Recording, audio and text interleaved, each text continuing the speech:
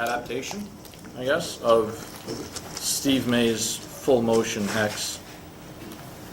I ran into Steve a while back when I was working at a certain tackle shop, and happened to comment to him how great the full motion hex was, because I've used it, caught largemouth bass on it.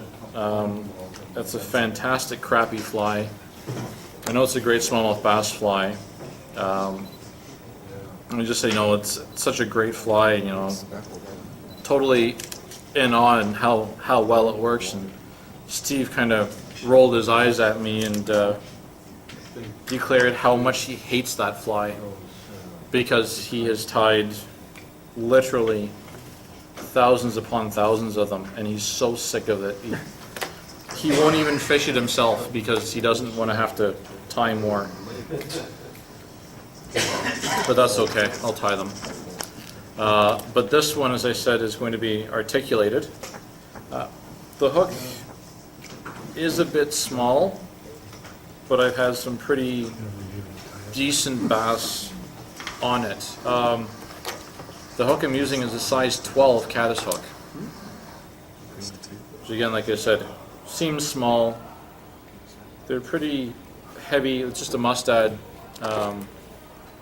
C49S. Standard caddis hook, but the wire's pretty heavy. I haven't had these bend out on some half decent sized bass. So for the tail, I'll get my thread started first. We'll use a bit of, again, it's a hex, so you could use 10 or you could use natural rabbit. I happen to have some natural rabbit here that I will use. And all you're looking for is the shortest bit of skin that you can get away with tied on the hook.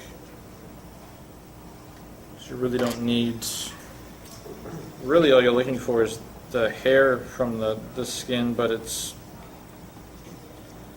better to have a bit of the skin backing on there. It gives it a bit more body. So I'm really only going to go with a real, blocking the light here, short amount, an 1/8 of an inch or so.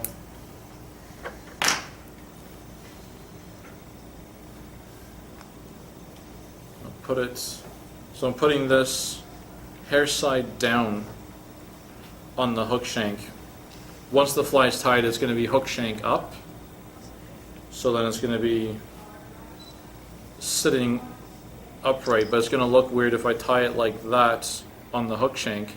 Once it's sitting upright, it's sort of hanging straight down, which is not what we want.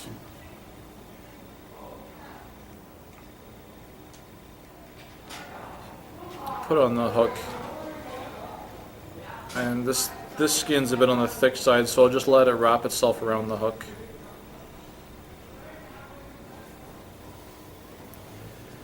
And then we'll put a hackle, Steve's pattern, tied on a streamer hook. He does the rabbit strip tail and then a hackle just to add extra movement, gills, what have you. So I'll do the same thing on this, and just a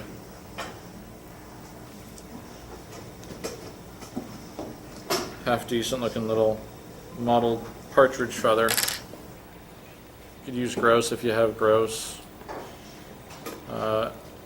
I've tied this as a damsel, green drake. Both can double for both of them in olive with olive partridge, and it works quite well. It also works great in this sort of gray pattern as well. Crappie and bluegills love this thing. Large bass. Large bass, small bass. some as big as your head. Yeah, rock bass, if you really want to catch them. A bit of a pain, but they can be fun. So 2-3 turns, you know, whatever the quill will let you work with.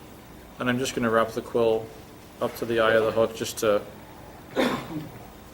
continue my bulk and just keep the body a little bit thicker. Just clean this up and move the thread back up. Put some fine gold wire for a rib. I'm making a mess of this stuff tonight. Hang on a second.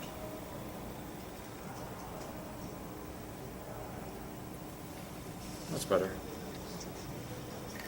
All sorts of fun toys. So, gold wire. A bit of a rib. And talking to Steve about this, he never put a gold wire on the original. But after, I guess they're quick to tie. It's a guide fly, so I mean it's fast and easy to crank out a whole pile of them. He didn't really care whether they're being sold anyway, so I guess he didn't really care whether the body stood up or not. But when I started tying it, I had a couple that got the bodies were stripped off of them pretty fast with just dubbing. So if I were to decide to put a gold wire rib on there instead, and it seems to hold up a lot better, and it gives it a bit of extra flash. The dubbing is just some hare's mask or hare's ear or any sort of mottled gray dubbing you happen to have. And I put way too much on there, but that's okay.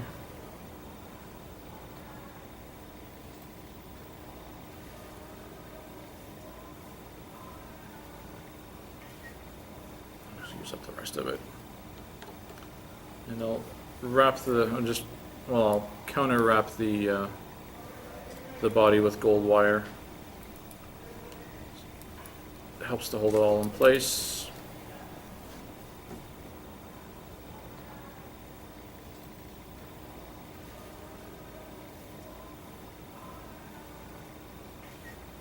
To tie down the wire, tie the thread off.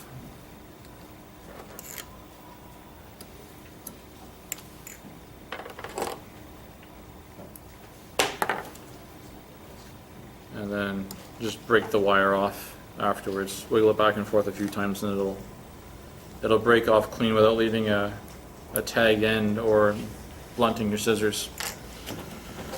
So for the articulated part of this fly, I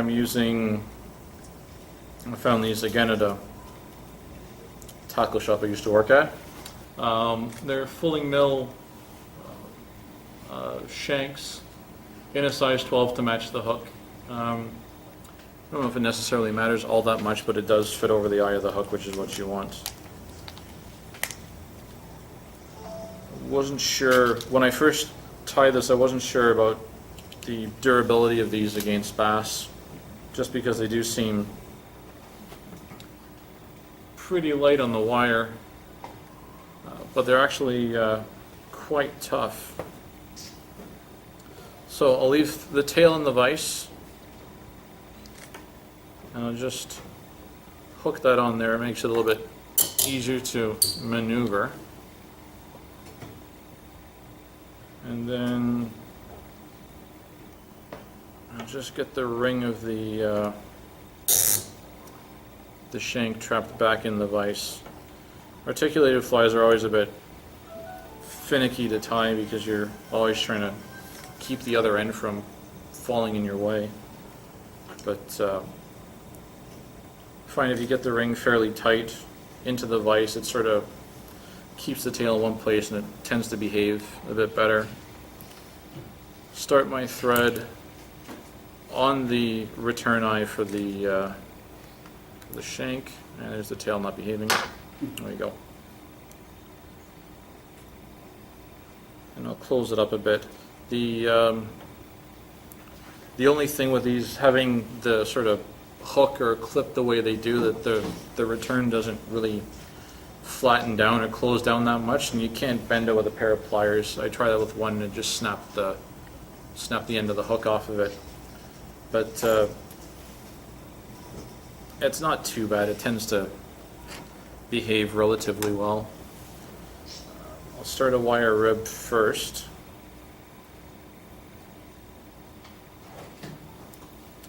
At the back, and I'll move up to the front and turn this over for some eyes. The eyes these are extra small dumbbell eyes. They're the black nickel colored ones as opposed to the lead. I guess like unpainted lead would be fine too, but the black nickel gives it a little bit more flash. I'm going to tie them back from the eye just a little bit, give a bit of space to tie off and to wrap a dubbing head later. Just figure eight these guys in.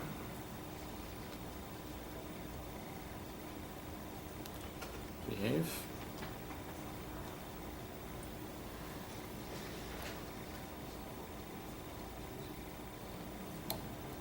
There we go. So are those on the, oh, okay. They're on the bottom? They're on the bottom of the shank. So once, like I said, when you go to fish this, put the eyes on the bottom so it's going to ride hook point up, and keep the hook out of all the rocks. And if you're fishing it along like a bit of a weedy bottom, it tends to stay a little bit more weedless than if it were the other way around. So we got a wire rib.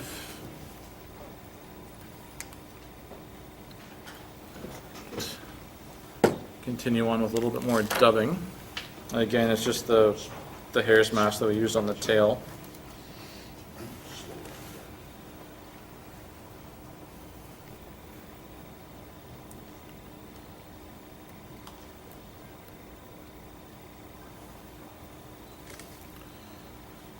And you'll see once I get the dubbing on here, I can sort of build it up a little bit to hide that the return on the shank.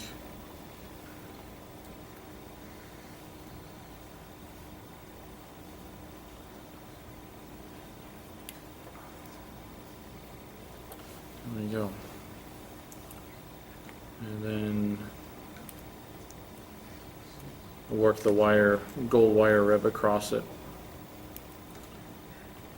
It's for a bit of flash and a bit of added durability.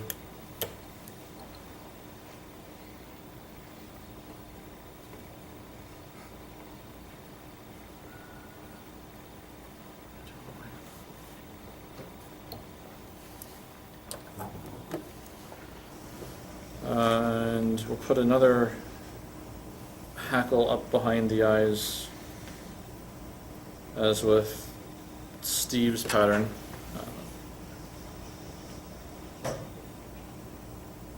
Again, just a nicely modeled partridge. If you want to make it a darker fly and use grouse, like I said, you can, or use use a dyed partridge if you're tying it in a different color.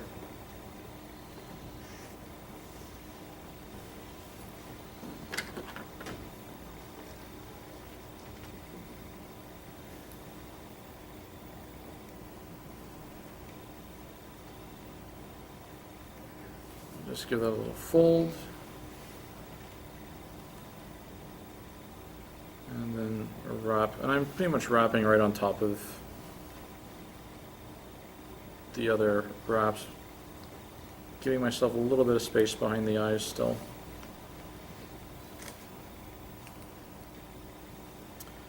I'm not too concerned if I get some of the fluff from the partridge quill in there. It's just going to add to the overall bugginess of the fly. Coming close, trim that off.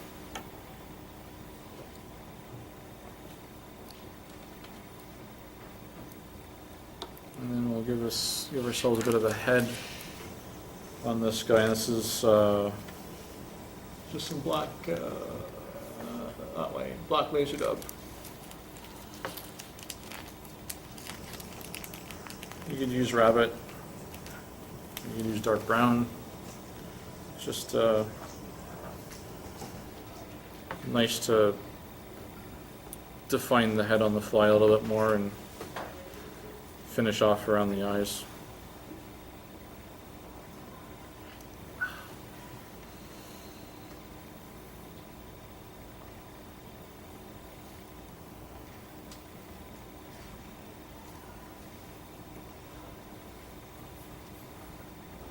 There you go.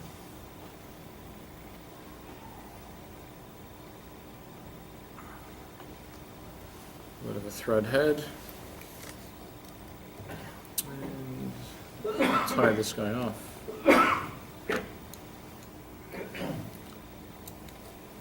This one I have fished in moving water and it does work really well. I have a friend of mine that I used to work with that actually uses these or something similar ice fishing for steelhead. If and when you get enough ice that the river mouths freeze up and they're safe-ish to go out on them, he'll use either a jig or a heavy weight at the end of his line and then tie this in, or again a wiggle nymph of some sort, about 8 or 10 inches up from the weight at the bottom of his line, and then just hold on to it and let the tail wiggle in the current, and does really well with them. Again, if the ice on the river mouth is safe enough. It rarely is.